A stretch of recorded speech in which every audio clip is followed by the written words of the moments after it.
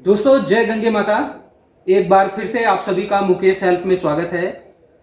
लगातार आप हर की पैड़ी के दर्शन करते रहते हैं। माँ गंगे के दर्शन आप सभी को मैं समय समय पर कराता रहता हूँ। लेकिन हर की पैड़ी एक बहुत ही प्रमुख स्थान है। यहाँ जितने भी श्रद्धालु आते हैं सबको मैनेज करना एक बहुत बड़ा टास्क होता है, क्योंकि कई बार यहाँ पर हजारों लोग एक साथ आते हैं। तो आज की इस वीडियो में आप सभी हर की पैड़ी के जो देख रेख करते हैं, यहाँ पर जो हर एक गतिविधि जो संचालित होती है तो सर के देख रेख में चलती है। और सर का मैं परिचय आपको देना चाहूँगा। सर का नाम है प्रदीप झा जी हैं, जो कि हर की पैड़ी में गंगा सभा में जो यहाँ पर एक कमेटी है वहाँ के अध्यक्ष हैं। तो इनसे आप सभी को मिलाना चाहेंगे और इनसे बातें करेंगे और जानेंगे हर की पैड़ी के बारे में, क्योंकि ये बहुत वर्षों से हर की पैड़ी में अध्यक्ष पद में रहते हुए बहुत सारा यहाँ पर कार्यभार संभाल रखा है और काफ़ी समय से यहाँ के बारे में इनको जानकारी है। तो इनसे बेहतर शायद ही कोई बता सके। तो सर, सबसे पहले तो आपका मुकेश हेल्प में स्वागत है। नमस्कार मुकेश जी। और सर, हम जानना चाहेंगे, वैसे तो मैंने आपका परिचय दे दिया है, लेकिन फिर भी मैं चाहूँगा कि आप खुद से बताएं तो ज़्यादा अच्छा रहेगा। देखिए, वर्तमान में मैं गंगा सभा अध्यक्ष पद पर हूँ। इससे पहले 2 बार मैं गंगा सभा जो प्रबंध कारिणी हर की पैड़ी गंगा सभा पूर्ण व्यवस्थापक है उसके 2 बार सचिव रहा हूँ। वर्तमान में अध्यक्ष पद पर रहते हुए माँ गंगा की सेवा करने की कोशिश करते हैं।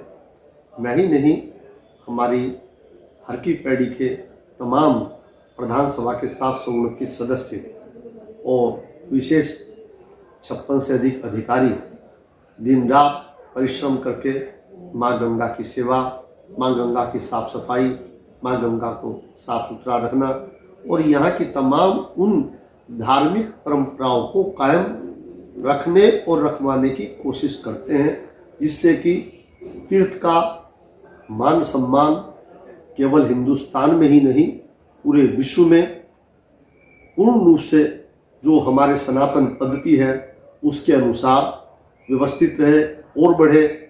और माँ गंगा और हरिद्वार तीर्थ जो अपने आप में एक ऐसा अद्भुत तीर्थ है, जो हमारे प्रमुख 3 देवता जिनके नाम ब्रह्मा विष्णु महेश बताए गए हैं। अंग्रेजी में एक शब्द है गॉड, जिसका प्रथम शब्द जो है जी for generator for Brahma ji, दूसरा ओ फॉर ऑपरेटर भगवान विष्णु जी पालनकर्ता जी, और डी फॉर डिस्ट्रॉयर भगवान शिव सबके संहारकर्ता भी और भोलेनाथ भी। उस तीर्थ के 3 नाम मैं इसलिए पहले वर्णित किए हैं कि आपने हरिद्वार नाम तो सबने सुना होगा, लेकिन वास्तव में इस तीर्थ के उन तीनों के नाम पर ही 3 नाम हैं। भगवान विष्णु के नाम पर जहां आप लोग इसको हरिद्वार के नाम से जानते हैं, वहीं भगवान शिव के नाम पर इस स्थान को हर की पैड़ी कहते हैं, अर्थात भगवान शिव के चरण। और इस स्थान को आप ब्रह्मा जी के नाम पर ब्रह्मकुंड नाम से पुकारते हैं, जहाँ पर आप आरती दर्शन करते हैं सायंकालीन प्रातःकालीन। ब्रह्मकुंड अर्थात ब्रह्मा जी का कुंड, जहाँ पर ब्रह्मा जी की अमृत की प्रथम बिंदु गिरी थी। उसी के उत्सव में सर्वप्रथम जब देवताओं के राजा सूर्य मेष राशि में और देवगुरु बृहस्पति कुंभ राशि में विराजमान होते हैं, तब 12 वर्ष में संयोग बनता है और तब यहाँ पर कुंभ होता है। दूसरा कुंभ, इसका दूसरा मिलन जो प्रयागराज में होता है संगम में, वहाँ पर, और तृतीय उज्जैन में और चौथा नासिक में मनाया जाता है। प्रथम यहीं से प्रारंभ होता है। तो इस पावन नगरी माँ गंगा, हरिद्वार, हर की पैड़ी, ब्रह्मकुंड, जो अपने आप में संसार के लाखों करोड़ों ऐसे अद्भुत धर्म, कर्म, अर्थ, काम, मोक्ष आदि को अपने अंदर सजोए हुए हैं। और ये माँ गंगा, जिसके 3 प्रमुख नाम आपको देवताओं के तो बताए हैं, उन देवताओं का श्री रस अपने साथ में लेते हुए भगवान बद्री विशाल से विष्णु रूप से माता अलकनंदा आ रही हैं और केदारनाथ भगवान शिव जी की जटाओं से माँ मंदाकिनी जी आ रही हैं और गंगोत्री जहाँ पर ब्रह्मा जी के कुंड से, ब्रह्मा जी के कमंडल से भागीरथी रूप से आ रही हैं। और केवल आ नहीं रही हैं, उस हिमालय की अति दुर्लभ जड़ी बूटियों का रसायन युक्त करती हुई, कैसी जड़ी बूटियां? संजीवनी बूटी जैसी, जिन्होंने भगवान लक्ष्मण जी को जीवनदायिनी बनाया था। आज के मानव संसाधन में अति ऐसी दुर्लभ जड़ी बूटियां जिनका बहुत सी विलुप्त या विलुप्त नहीं है पर हम लोगों को उनकी पहचान नहीं है, ऐसी जड़ी बूटियों का रेशा रसा युक्त हिमालय की पर्वतों की अति जड़ी बूटियों को अपने अंदर संयुक्त करते हुए जब ये यहाँ पर पधारती हैं तो यहाँ पर आकर ना अलकनंदा, ना भागीरथी, ना मंदाकिनी, केवल गंगा होती है। और उन तीनों देवताओं का भी इसलिए अभी आपसे प्रथम आपको बताया, तीनों के नाम पर, भगवान विष्णु जी के नाम पर हरिद्वार, शिव जी के नाम पर हरकी ब्रह्मा ब्रह्मकुंड, उन तीनों देवी और तीनों देवताओं से युक्त होकर के जब ये यहाँ पर अपना दर्शन देती है तो हमारे शास्त्रों में बताया गया है कि माँ गंगा दर्शनम मुक्ति न जाने स्नानम किम फलम। इसके तो दर्शन मात्र करने से जीव की मुक्ति हो जाती है। स्नान और अगर पूजन हम इसका करें तो उसका शब्दों में वर्णन होना कठिन है, उसका तो अनंत काल तक फल मिलता है। लेकिन इसी के साथ मैं सभी ये कार्यक्रम देखने वाले भक्तों, दर्शकों से एक मार्मिक अपील जरूर करना चाहूँगा कि हम अपने देवताओं को, अपने आराध्य को, अपने पिता को, अपनी गंगा माँ को जो देते हैं वो में करोड़ों गुना फल मिलता है, फिर वो चाहे अच्छा हो चाहे बुरा हो। हमारे शास्त्रों में लिखा है कि अन्य क्षेत्रे कृतम पापम तीर्थ क्षेत्रे विनश्यति, तीर्थ क्षेत्रे कृतम पापम वज्रलेपो भविष्यति। अर्थात यहाँ का किया हुआ कोई भी कर्म वो 1 गुना, 100 गुना, 1000 गुना नहीं है, वो तो वज्र के समान है, अकाट्य। उसको तो युगों युगों तक भोगना पड़ता है। चाहे हम अच्छा करेंगे तो देवता बन करके पाएंगे और अनुचित करेंगे तो विभिन्न योनियों में पढ़ करके हमें उसका भुगतान देना पड़ेगा। इसलिए यहाँ पर जब भी जो आए, यही नहीं माँ गंगा के समक्ष और भी जितनी भी हमारी नदियाँ माता हैं, चाहे वो जमुना जी है, कावेरी जी है, शिप्रा जी है, गोमती जी है, सरयू जी है और बहुत सारी हमारी माता है। हमने तमाम संसार की जितनी भी नदियां हैं, सनातन हिंदू संस्कृति सब नदियों को माही कहती हैं और माही कहना चाहिए। जो हमारा जीवन यापन करती हैं हमारे हर प्रकार से, चाहे वो एग्रीकल्चर में हो, चाहे वो खाने पीने में हो, चाहे वो अन्य कार्य में हो, जल के बिना तो कोई वस्तु की पूर्ति है ही नहीं। हमारे यहाँ शास्त्रों में लिखा है ब्रह्म द्रव्येति विख्याति, ब्रह्म का ज्ञान का अगर विख्यात हुआ है तो जल से ही तो हुआ है। और हम जल को ही अगर संरक्षित नहीं रखेंगे, जल को ही हम शुद्ध नहीं रखेंगे तो हमारा भविष्य, हमारे संतति, हमारे आने वाले पीढ़ियां हमें निश्चित रूप से माफ नहीं करेंगी। तो इसको धर्म के अनुसार भी और सामाजिकता के अनुसार भी हम ऐसी कोई वस्तु न दें जिससे कि हम अनर्गल पाप के भागी बने। जैसे कि हम पुराना कपड़ा छोड़ देते हैं, हम कोई पुरानी वस्तु छोड़ देते हैं, इससे तो गंदगी होती है। अगर हम गंदगी देंगे तो हम पाप में जाएंगे, न जाने उसका फल कहाँ तक तारे। हम चाहे 1 पुष्प चढ़ाएं, चाहे 1 बूंद जल चढ़ाएं, 1 बूंद दूध चढ़ाएं, थोड़ा सा फल फ्रूट चढ़ाएं, उससे ही माता हमारी अति प्रसन्न हो जाती हैं। बहुत अधिक करने की आवश्यकता नहीं है, सूक्ष्म कर दो, उसका ही कोटि फल है। मैं आपके माध्यम से एक बार पुनः आप सबको शुभकामना देते हुए इस बात की अपील करूंगा कि आप चाहे सूक्ष्म करें लेकिन शुद्ध चीज करें। कोई भी प्राचीन वस्तु ला करके तीर्थ को गंदा ना करें। कोई प्राचीन वस्तु है, किसी जरूरतमंद लोग को, किसी आवश्यक लोग को, किसी ऐसे जीव को दें जिससे उसका भक्षण हो जाए, उसका कार्य हो जाए। यहाँ पर ला करके ऐसा कार्य ना करें कि आप उससे पाप के भागी बने। यही नहीं, किसी भी नदी को, किसी भी जल को प्रदूषित ना करें। मेरी आपके माध्यम से एक बार पुनः अपील। आप सबको शुभकामना। अगले एपिसोड में फिर आपसे भेंट होगी, एक नए विषय को लेकर के, धर्म के एक नई जानकारी आपको देंगे। जय गंगा माई की, हर हर महादेव।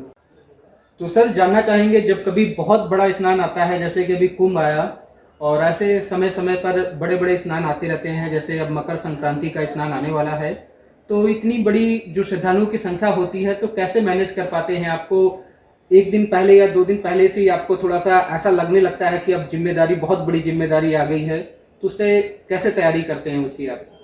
देखिए, प्रथम बात तो ये है, मैं आपको भी बताई कि हमारे सभी जितने भी यहाँ के सदस्यगण हैं, हमारे गंगा सेवा में जितने भी सेवक हैं, जितने भी हमारे यहाँ पर प्रचारक हैं, जितने भी हमने बाबू रखे हुए हैं, सभी दिन रात मेहनत कर कर मेले को सफल बनाने का प्रयास करते हैं।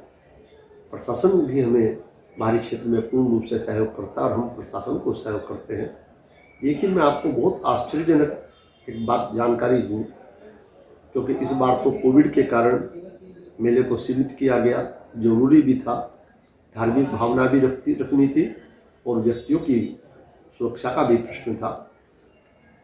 और मैं तो निश्चित रूप से हम सबको इस बात के लिए, चाहे वो केंद्रीय में बैठी सरकार हो, चाहे राज्य की सरकार हो, चाहे प्रशासन हो, सबका हार्दिक बहुत दिल से धन्यवाद कि उन्होंने फिर भी जिम्मेदारी निभाते हुए मेले को भी सफल बनाया और जिम्मेदारियां भी निभाई।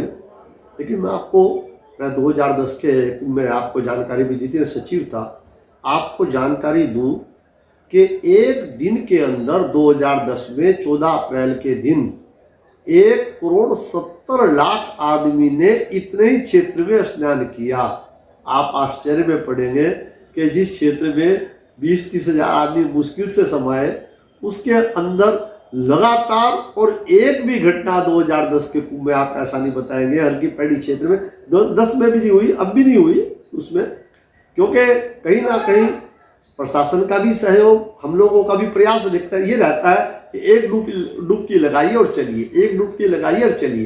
तो उसमें निरंतर आवागमन, आने के रास्ते अलग रहते हैं, जाने के अलग रहते हैं, निरंतर चलता रहता है। साथ में हमारे जो यहाँ के प्रमुख अखाड़े हैं वो भी स्नान करते रहते हैं, उनके साथ भी भक्त आकर स्नान करते रहते हैं।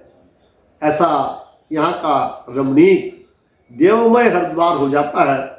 हरिद्वार तो 24 घंटे देवमयी है, पर उस समय ऐसा लगता है कि 3 त्रिलोक से स्वयं ब्रह्मा विष्णु महेश जी अपने समस्त देवताओं के साथ में, गाजे बाजे के साथ में, समस्त जितने भी उनकी गण इत्यादि हैं उनको लेकर के जो दिव्य और भव्यता के साथ माँ गंगा का स्नान करके हम सबको कृतार्थ करते हैं, वो क्षण निश्चित रूप से मुखारबिंद से नहीं बताए जा सकते, बल्कि दर्शन मात्र करने से उसका एहसास जो होता है। और जो आज मुझे ये शुभ अवसर मुकेश भाई के माध्यम से मिला, निश्चित रूप से मैं गौरवित हूँ और आपका धन्यवाद करता हूँ।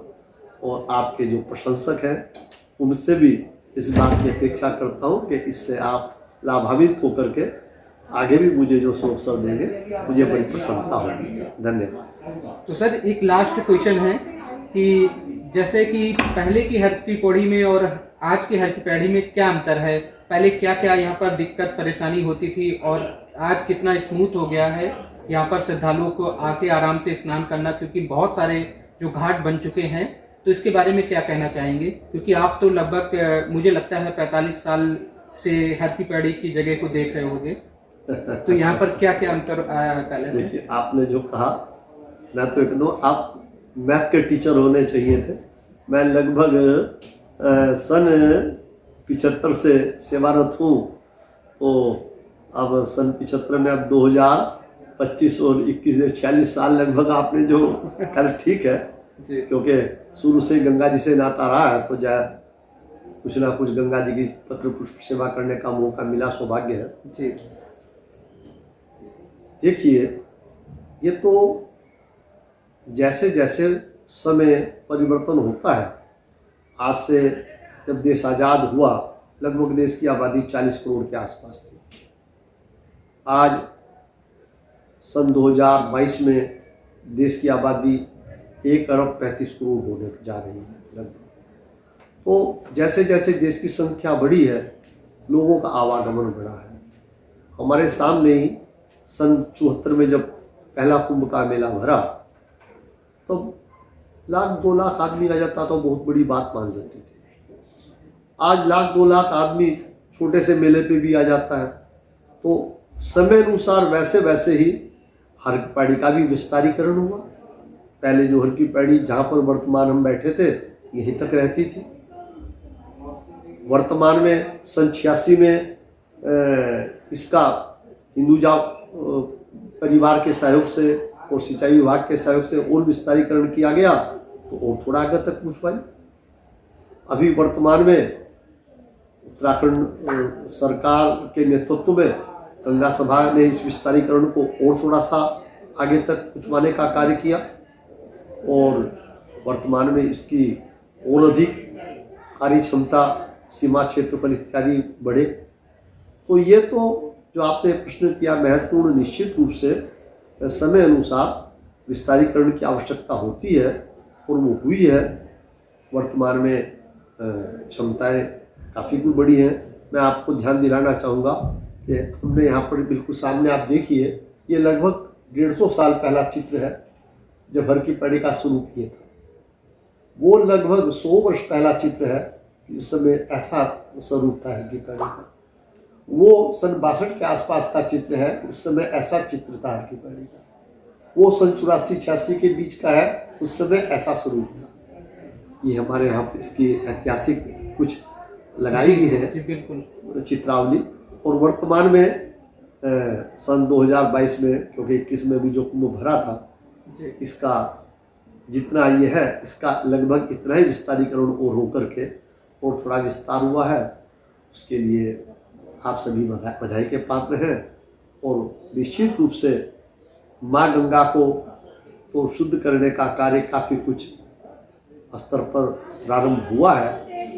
अभी भी बहुत सारी जगह, कानपुर या उससे आगे की जो और जगहें हैं, काशी बनारस इत्यादि में, वहाँ भी कार्य चल रहा है। मुझे आशा ही नहीं, विश्वास है कि एकदम धीरे धीरे पूरे भारत की नदियों को, पूरे भारत को, और मैं ऐसे धार्मिक दे रहा हूँ आपको, धार्मिक क्षेत्र में बैठा हूँ, गंगा सभा का एक छोटा सा सिपाही हूँ, लेकिन सरकार चाहे कोई भी हो, देश के किसी प्रदेश की हो, मैं केंद्र सरकार और उन तमाम प्रदेशों की सरकार से एक अपील जरूर करना चाहूँगा। जैसे देश में सरकार ने सड़कों का जाल बिछाया है, वास्तव में बधाई के पात्र हैं। निश्चित रूप से जहाँ यहाँ से दिल्ली जाने में 7 घंटे लगते थे, आज 3-3.5 घंटे में हम दिल्ली पहुँच जाते हैं। वैसे ही देश के अंदर अगर ये नदियों का जाल बिछाया जाए तो बाढ़ की समस्या से, सूखे की समस्या से, अकाल की समस्या से निश्चित रूप से लड़ा जा सकता है। यहाँ पर जल की बहुतायत है, वहाँ निश्चित रूप से उसको दूसरी जगह कन्वर्ट किया जाए। जहाँ जल नहीं है वहाँ पर जल अधिक से अधिक उपलब्ध कराया जाए, तो निश्चित रूप बात है भारत के लोगों की भूख प्यास भी मिटेगी और खेती को भी हमारी निश्चित रूप से दिन रात बहुत जल मिलेगा। फालतू जल हमारा इधर उधर भी नहीं जाएगा। देश का जल देश के काम आए, ऐसी एक योजना बना करके देश में जहाँ सड़कों का विकास कर रहे हैं, वहाँ जल का भी विकास, जल का भी संरक्षण, जल को भी पूरे देश के अंदर घुमाया जाए और तमाम उन जगहों पर जहाँ पर जल अभी नहीं है, जल की उपलब्धता कराई जाए। ये भी एक बहुत बड़ा धर्म कार्य है। धन्यवाद।